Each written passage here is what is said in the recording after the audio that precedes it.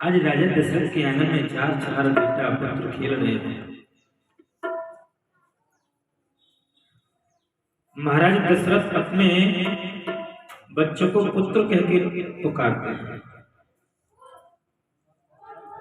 हाँ, लेकिन देखो एक पुत्र के 3 नाम होते माता, लड़का, बेटा और पुत्र। लड़की का क्या मतलब है, बेटे का क्या मतलब है और पुत्र का क्या मतलब है? लड़की का मतलब है कि बात बात पर लड़ना और झगड़ना। आप कोई बात कह दो, अरे बेटा ये काम कर दो, तुरंत लड़ाई कर देगा। अरे मेरी बस की बात नहीं है, उससे क्यों नहीं बोलते, मुझसे बोलते बार बार। लड़की का मतलब लड़ना। बेटे का मतलब है बांट के खाना, जो दे दिया हिस्सा में उसे खा लेगा, जो कोई काम बता दिया बांट बांट के काम करा देगा, वो बेटा बोलते हैं। लेकिन महाराज दशरथ अपने बच्चों को पुत्र बोलते हैं। पुत्र का मतलब है, पुत्र कहते हैं पिताजी मुझे संसार की कोई वस्तु नहीं चाहिए, मुझे तो सिर्फ आपके चरणों की सेवा चाहिए। मुझे तो अपने माता पिता की सेवा करनी है और किसी चीज से कोई मतलब नहीं है, उसको पुत्र बोलते हैं। महाराज दशरथ को अपने बच्चों पर बहुत विश्वास था।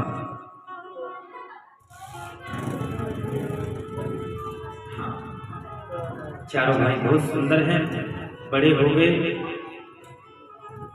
गए होंगे 10-12 साल के आसपास। एक दिन विश्वामित्र जी ने सुना ऋषि ने कि अवध में भगवान ने जन्म ले लिया है, मैं चलता हूँ दर्शन करके आता हूँ। विश्वामित्र जी आज महाराज दशरथ के आंगन में जा रहे हैं।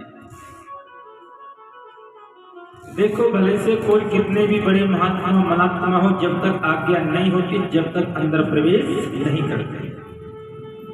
हाँ, आप मंदिर में जाते हो, महाराज जी से जय सीताराम बोलते हो ना, मंदिर में अंदर प्रवेश करते ही, या राधे राधे बोलते हो, तब आप कहते हैं महाराज जी क्या हम अंदर आ सकते हैं? हाँ आ सकते हो।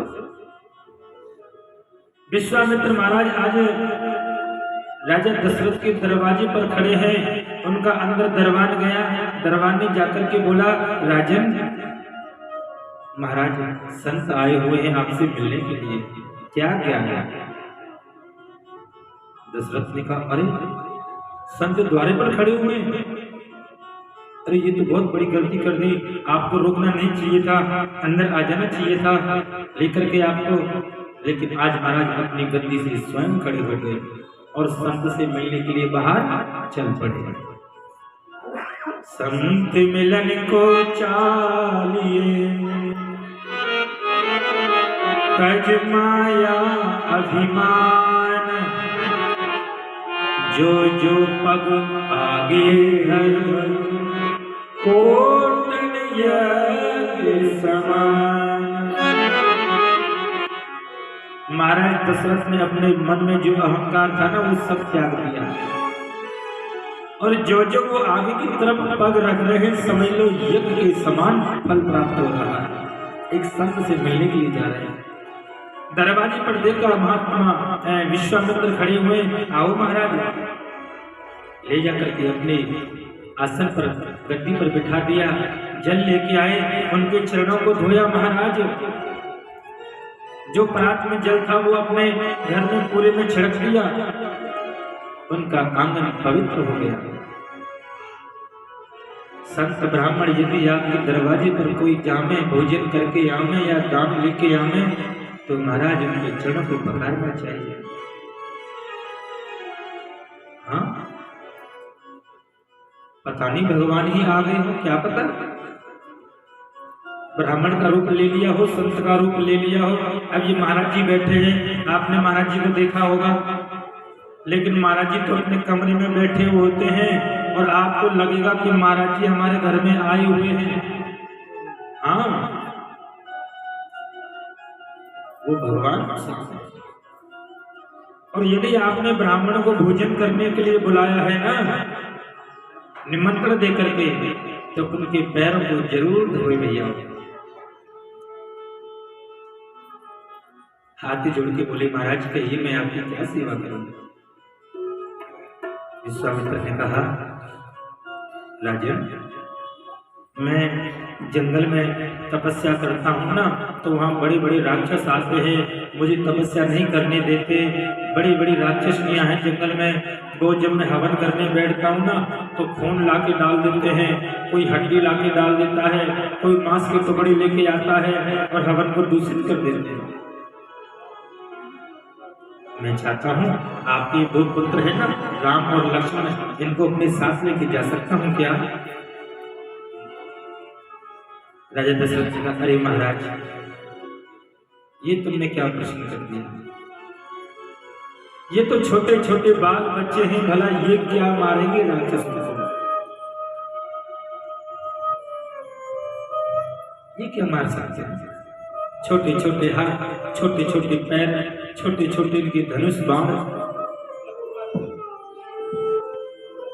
मैं कहता हूं कि आप ये ना करें तो ठीक है,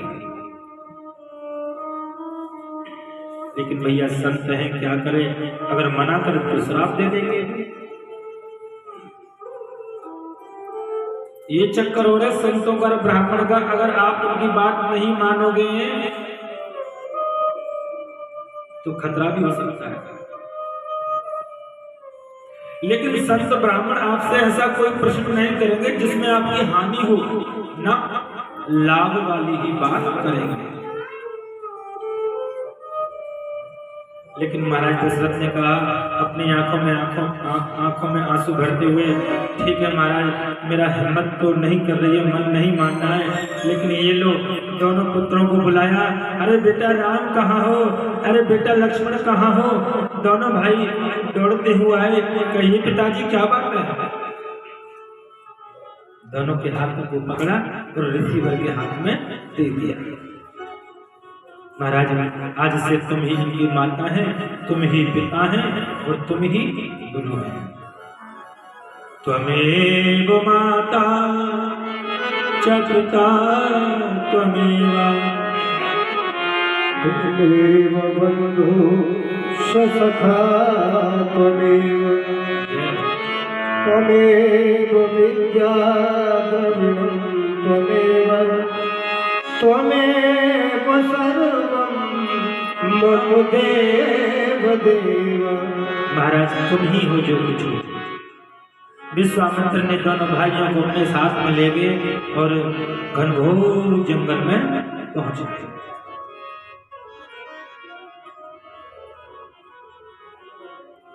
धीरे धीरे जंगल में जा रहे हैं, घूमते हुए विश्वामित्र जी का जहाँ आश्रम था ना, वहां ले गए और राम जी से बोल दिया, राम जी देखो मैं भजन करने के लिए बैठ रहा हूँ, हवन करने के लिए बैठ रहा हूँ, यदि यहाँ कोई आवे ना तो आपको मेरी रक्षा करनी होगी। हमारे तो दूसरी चला दिया, देख ले ना प्रसन्न पहले थे।